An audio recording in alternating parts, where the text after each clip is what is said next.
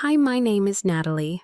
The narrative I'm going to tell isn't intended to elicit sympathy, but to offer a lesson I paid for with my family and happiness.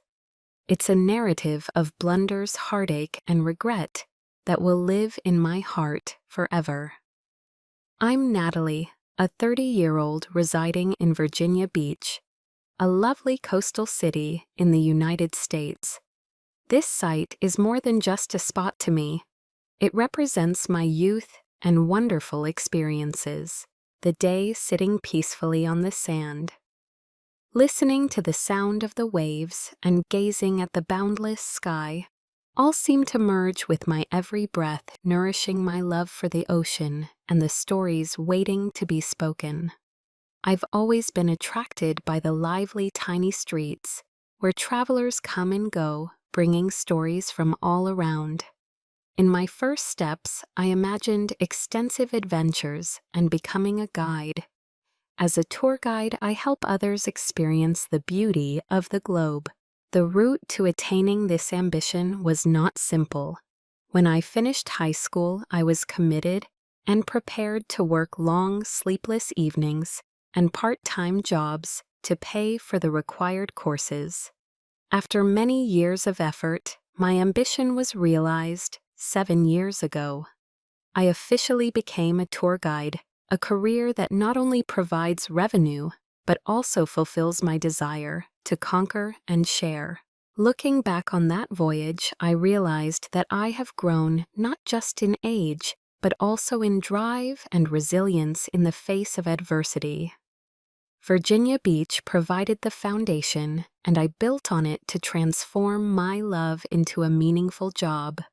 Alejandro, a Spanish man with elegance, charisma, and heart-stopping confidence, entered my life and changed everything. He arrived in Virginia on a trip bringing with him the balmy wind of the Mediterranean. We initially met during a trip that I was in charge of. Alejandro's eyes brightened as he listened to me recount historical anecdotes about this seaside location. His inquisitiveness and subtle queries made it impossible to ignore them. The first shallow talks gradually evolved into meaningful dates. Alejandro had a unique ability to make me feel a part of the world. He frequently spoke in a deep voice about his homeland, occasionally interspersed with amusing anecdotes about Spanish culture and people. In response, I told him about my childhood experiences by the sea, my dreams, and my favorite things about Virginia. We appear to share a deep affinity that overcomes geographical distance and cultural differences. After a year of beautiful times, Alejandro proposed to me one afternoon. When the sunset turned the beach crimson, the modest ring on his hand gleamed in the evening light. But his eyes shone brighter than those of someone eager to go on a lifelong journey with me. I nodded happily. We relocated to a little house near the shore, and every night I could hear the murmuring waves from the window. Our house was a loving and simple place, full of laughter and many hours of talk. I felt that here was the location where love would grow into a happy family. That notion was reinforced when our first daughter was born, a newborn girl with deep brown eyes similar to Alejandro's. I sobbed the day she was born, not because of pain, but out of emotion. Our child is the most tangible manifestation of our love, a miracle that I never imagined I deserved. Alejandro began working as a manager at a major hotel in the city. He immediately established himself with his expertise and exceptional ability to comprehend others. Although my life was busier with a little child, I continued to work as a tour guide, which I enjoyed. Every day, I felt the thrill of taking visitors to discover the wonderful sea, but most of all the happiness of returning home, where Alejandro and my daughter awaited me. That life appeared so perfect that I thought nothing could ruin it.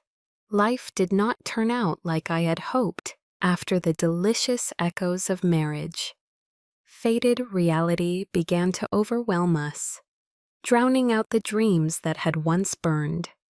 Alejandro's work kept him busy, with long business trips and many meetings while I was juggling a tight tour schedule in parenthood. We were like two planets in our own orbits slipping away without even knowing it.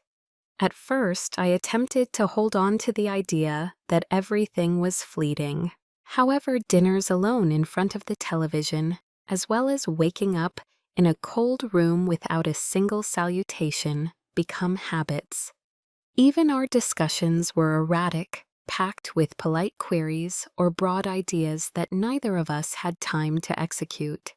There were evenings when I sat peacefully in the dark, listening to the waves outside my window. The song that once brought me calm has now just added to my loneliness.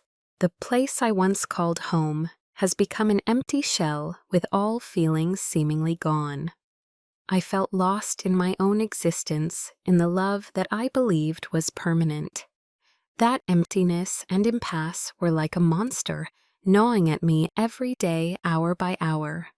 During a moment of weakness, I made the most significant mistake of my life.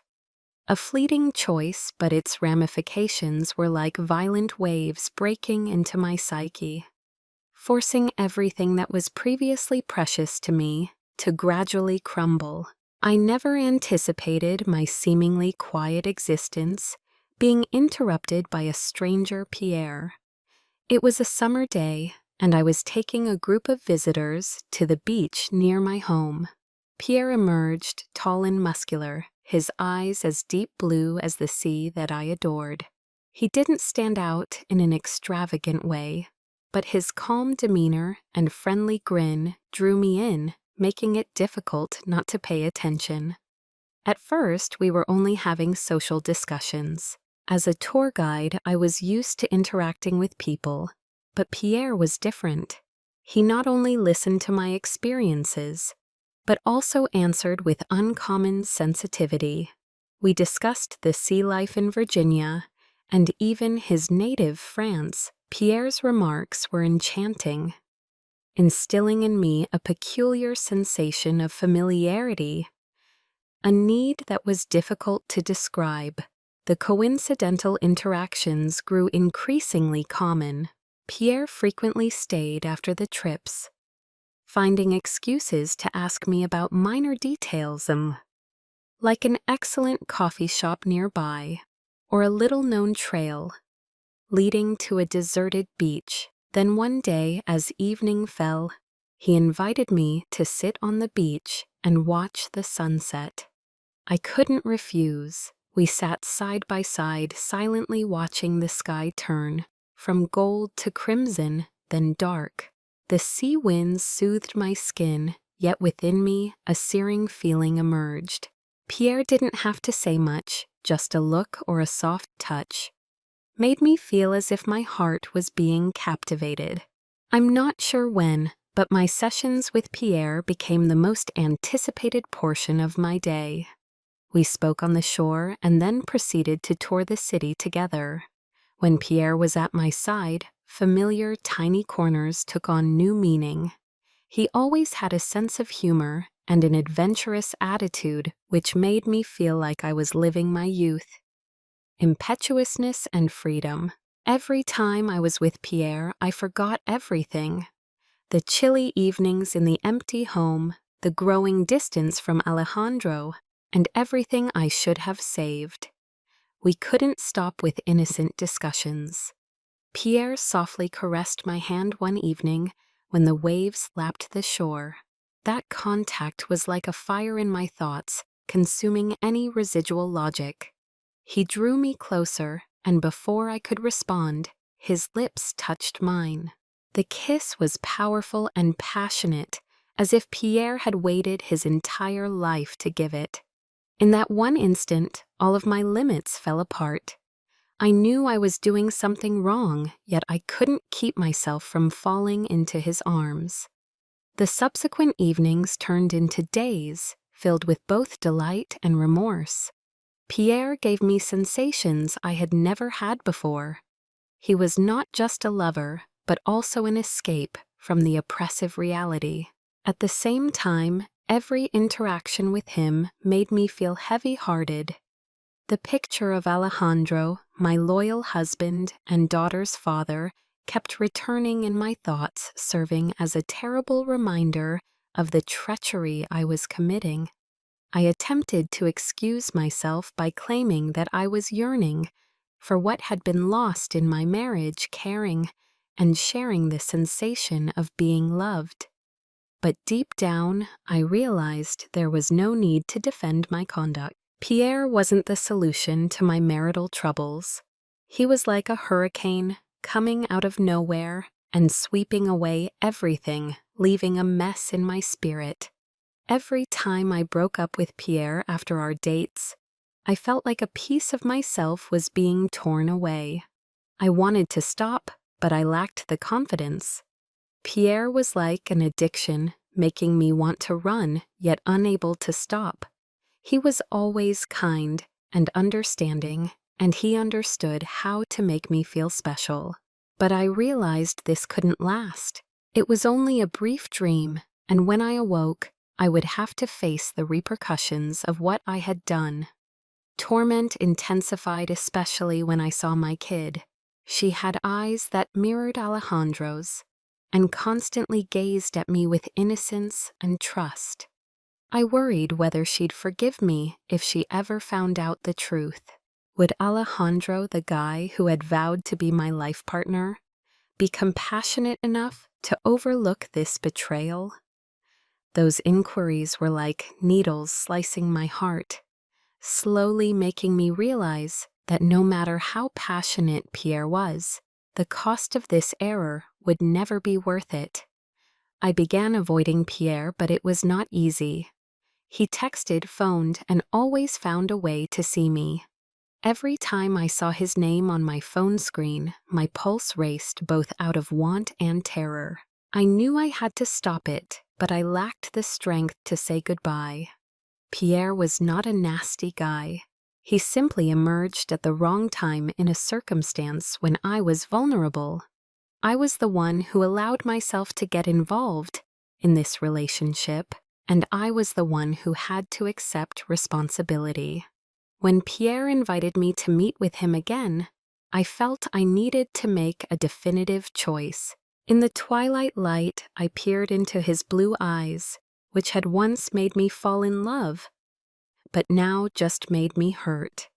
I informed him that we could not continue. Pierre remained mute, his eyes initially perplexed before becoming resolved. He didn't blame or become furious. He just inquired whether I was pleased. That question made me weep since I didn't have a response. Pierre disappeared, bringing with him sentiments that I will never forget.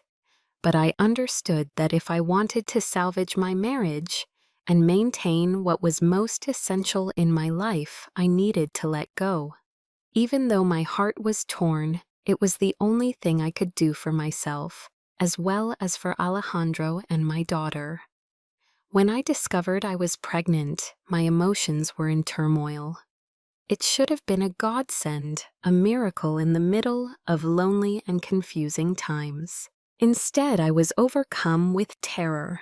I wasn't sure if the kid belonged to Alejandro, the spouse I had promised to love, or Pierre, the guy who had given me those wonderful but wicked moments. In the days that followed, I lived in a state of struggle, convincing myself that everything was a misunderstanding and hoping that things would improve once the kid arrived. 9 months of pregnancy is a long time. Despite his demanding work schedule, Alejandro was always there for me, like a loyal spouse. He had no idea about the secret I was holding. Every time I saw him meticulously preparing each meal or placing his hand on my abdomen to feel the baby's first movement, my heart clenched in agony. I lived in anguish, loving him, but condemning myself for breaking his confidence. But my greatest concern was that the day the child was born, the truth would be revealed. And then that moment arrived. My kid was born on a wet morning. When the doctor placed the infant in my arms, I felt both happy and confused. But the moment I saw his dark brown complexion and piercing black eyes, I knew I couldn't conceal it. The infant bore the unmistakable traits of Pierre. The reality could not be disguised. Alejandro entered the room, a pleased smile on his lips as he spotted his kid. But after a few seconds, the smile froze. His gaze settled on the baby's skin. Then he turned to face me, his eyes full of doubt. He didn't say anything, simply keeping silent, as if hoping to discover an answer without having to ask. I felt like the air in the room was suffocating. My every breath seemed thick and agonizing. The days that followed were tense. Alejandro spoke little, but his silence was more unsettling than his reproaches. Every time he held the infant, his eyes were filled with concern, as if he were straining to comprehend what was going on. I sensed that mistrust was rising in his heart, but I lacked the confidence to confess. I was frightened of losing him, my family, and most importantly, of having to face the repercussions of my error. My son's full-month birthday marked the culmination of everything. Family and friends gathered to celebrate, and the home was full of laughter. But Alejandro was different. He sat silently in the corner of the room, his gaze never leaving the infant. Alejandro approached me after the had ended and the guests had departed. His voice was low, but every word he spoke was like a razor slicing right through my heart. "We need to do a DNA test." My heart fell. I realized there was no more hiding. My eyes welled up with tears and I couldn't hold them back. I bent my head and admitted everything. I told him about Pierre and how I couldn't stop myself. My admissions broke in my tears, and I didn't dare look him in the eyes. Alejandro didn't yell blame or express rage. He simply remained there, quiet as a statue. His quiet upset me more than any criticism. Alejandro did not sleep that night. He packed his belongings in quiet. I sat by the bed, cradling our sleeping kid, unable to say anything. When he was finished, he turned to gaze at me one more time. "I'm returning to Spain," he announced, his voice scratchy. "I'll take my daughter with me. And you live with your decision." The words struck me like a tremendous punch. I wanted to hold him and beg him not to leave, but I knew I had no right to do so. Alejandro had given me everything: love, trust, and a family which I had shattered with my own hands. As he walked out the door, I noticed my daughter racing behind him. She returned my gaze, her eyes full of perplexity and anguish. "Aren't you joining us, Mom?" she inquired, her infantile tone making me even more distressed. I could only shake my head as tears streamed down my cheeks. Alejandro stooped down to pick her up and went away, not looking back. The sound of the door closing rang throughout the home, taking away everything I had ever loved. I sat in the empty room with my sleeping kid in my arms. Looking at his little face, I felt conflicted. He was the outcome of a mistake, yet he was also a harmless person, a part of me. I'm not sure whether I'll ever be able to make up for what I've lost, or if I can bear this agony and remorse. The house once a home has become a frigid environment. I knew I had lost Alejandro, my family, and myself, but there was still a glimmer of hope in my heart. Hope that one day I would find a way to make apologies. Even though I knew the journey would be arduous, Pierre, he departed as soon as he found out I had a child without making a promise or showing any desire to stay together. He immediately vanished as if we had never been in each other's lives. I couldn't tell whether to laugh or weep when I received his last text message, which was a few sentences wishing me strength and hoping that I would find happiness. It was an ending I should have expected long ago. Yet when it came, it hurt more than anything else. I was left to deal with the ramifications of all that had transpired. Alejandro grabbed his kid and went, leaving a huge emptiness in the house that had previously been his home. Now it was only me and my small kid, and the frigid walls murmured memories of everything I had lost. The beach home, which had once been full of joy and pleasure, was now deserted, with time passing slowly and heavily. The sound of the waves, which had previously been comforting, now rang as a continual taunt. In the days after Pierre's departure, I felt adrift. I tried to focus on the youngster in my arms, loving and protecting him, but loneliness and guilt were constantly with me. My son was too little to realize that he was the result of a mistake, that his mother had sacrificed the entire family for a few seconds of passion. But every time I glanced into his lovely eyes, my heart shattered. I worried if my love for her was enough to compensate for all the harm I had caused. There were evenings when I lay awake, sitting in a chair by the window, gazing out at the black sky. The moonlight sparkled on the glittering water, but it provided no consolation. The memories of Pierre Alejandro and my daughter, along with every moment of delight mixed with sadness, replayed in slow motion in my imagination.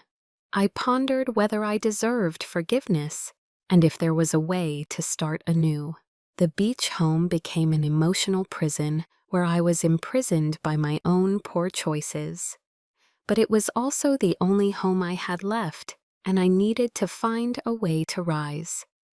Not just for myself, but also for the kid who was growing up every day, bearing both my faults and my dreams. Life often puts us in tough situations where our transient emotions might lead to poor judgments. However, keep in mind that every action has repercussions, and the cost might be enormous at times, before your heart takes over your intellect. Take a moment to reflect on the most important things in your life: your family, those who love you, and yourself. Don't allow moments of weakness to demolish what you've achieved with love and sacrifice. More importantly, learn to confront your errors boldly, for only by doing so can you find forgiveness and the opportunity to start over. Thank you for hearing today's story. Hopefully, this narrative will help you learn your own lessons. Life will never be perfect, but we can make it better by appreciating what we have. Remember to like, share, and subscribe to the channel to avoid missing out on important and significant stories. Click the notification bell to be the first to know about new articles. See you in the next story.